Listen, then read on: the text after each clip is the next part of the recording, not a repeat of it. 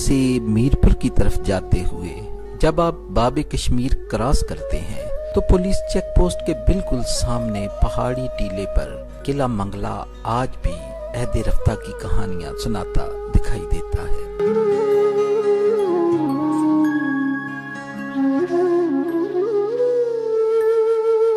मंगला का किला मंगला देवी के नाम से मंसूब है।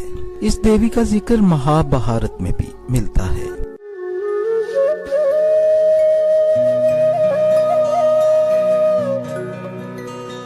अल बैरूनी की किताब अल हिंद में भी मंगला देवी का जिक्र खसूसियत के साथ किया गया है।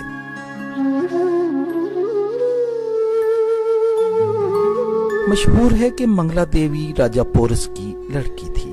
इसके भाई सिकंदर आजम के साथ जंग में काम आ गए। बाद अज़ां राजा पोरस भी एक यूनानी के हाथों कत्ल हो गया।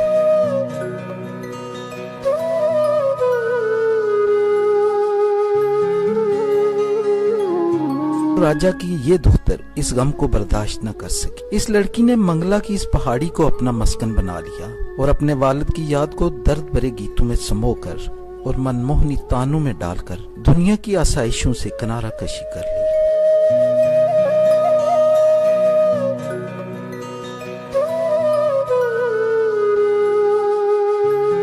लोग दूर दूर से इसकी मधुर आवाज और सुंदर सूरत देखने के लिए चले आते। इस तड़प नोहागरी और अब्दी गम की वजह से खुश अकीदा लोगों ने इसको देवी के स्थान पर बैठा दिया।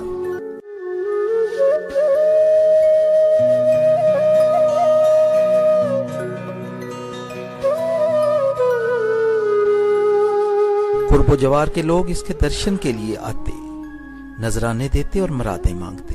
रफ्ता रफ्ता राजकुमारी लोगों की रूहानी पेशवा बन गई।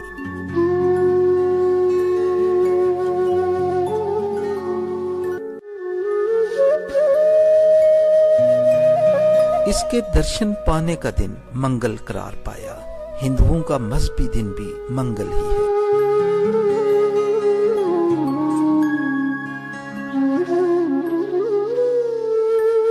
संस्कृत जबान में मंगला के मानी मांग लेने के हैं, लिहाजा राजा पोरस की ये बेटी मंगला देवी के नाम से मशहूर हो गई।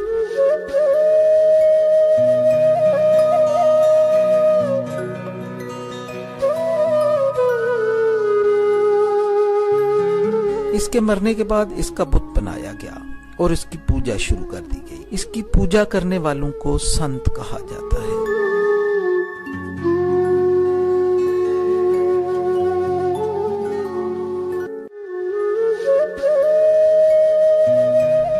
संत इन सिखों को भी कहा जाता है जो गुरु नानक की पैरवी करते हैं और इनके अफकार का प्रचार करते हैं।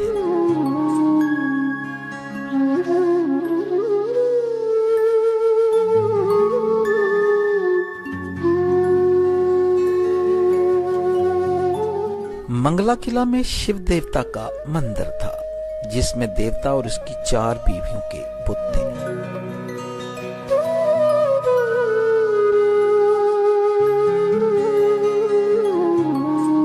मंगला किला शेरशाह सूरी की हुकूमत के खात्मा के बाद सिखों के कब्जा में रहा। ये एक दफाई किला के तौर पर इस्तेमाल किया जाता था।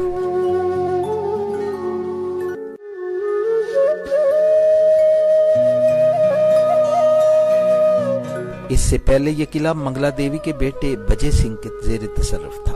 ताहम बाद अज़ां ये किला राजा सोबना के मातहत भी रहा, जो पोरस का भतीजा था।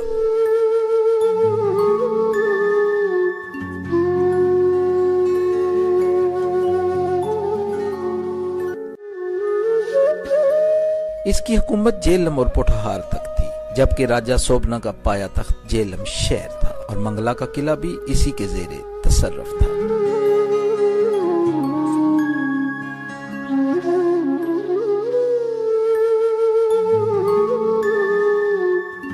नवंबर 1947 ईस्वी से किला मंगला के सिपाहियों के साथ मुजाहिदीन का तसादम शुरू हो गया।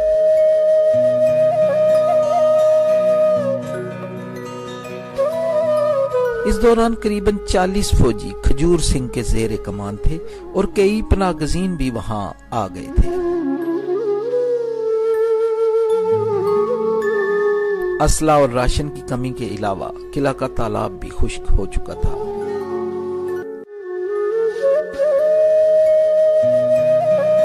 कुछ लोग पानी लेने के लिए दरिया पर गए, जिनमें से 4 तोप के गोले की जद में आकर जान से हाथ धो बैठे।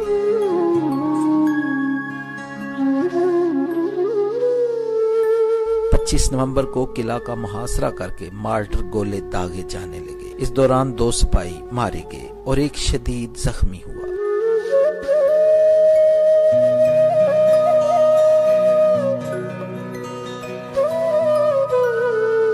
मीरपुर जाने वाला रास्ता बंद कर दिया गया। फजा में मंडलाने वाले जहाज भी गायब हो चुके थे, जो इससे कबल पाकिस्तान आर्मी की पोजीशनों को निशाना बनाने के अलावा मीरपुर और मंगला में अशियाए खुर्दनोश और एमुनेशन पहुंचाते थे।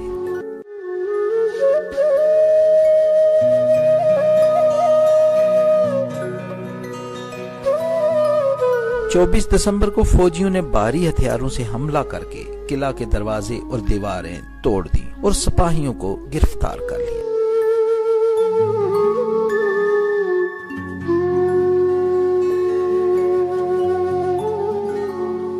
बाद में इनको अली बेग कैंप मुंतकिल किया गया, जहां से हवालदार जमीयत सिंह और रामदास फरार होने की कोशिश में मारे गए।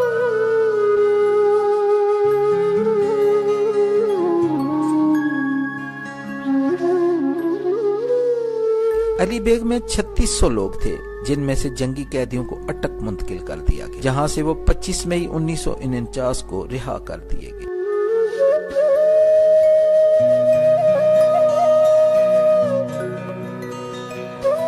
बाकी लोगों के साथ हतीउल मकान अच्छा बर्ताव करने की कोशिश की गई और कई मकामी लोग पनागज़ीनों को अपने घरों में ले गए और इनके खाने पीने और रहने सहने का इंतजाम किया।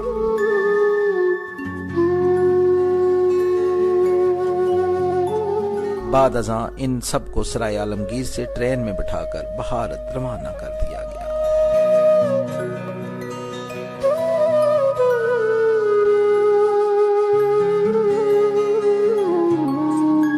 बाल कृष्ण गुप्ता लिखता है कि चौधरी अब्दुल अजीज दतियाल और फतेह मोहम्मद साकन सराय आलमगीर ने इस मुश्किल वक्त में हिंदू और सिखों की हिफाजत की और हर तरह से इनका ख्याल रखा।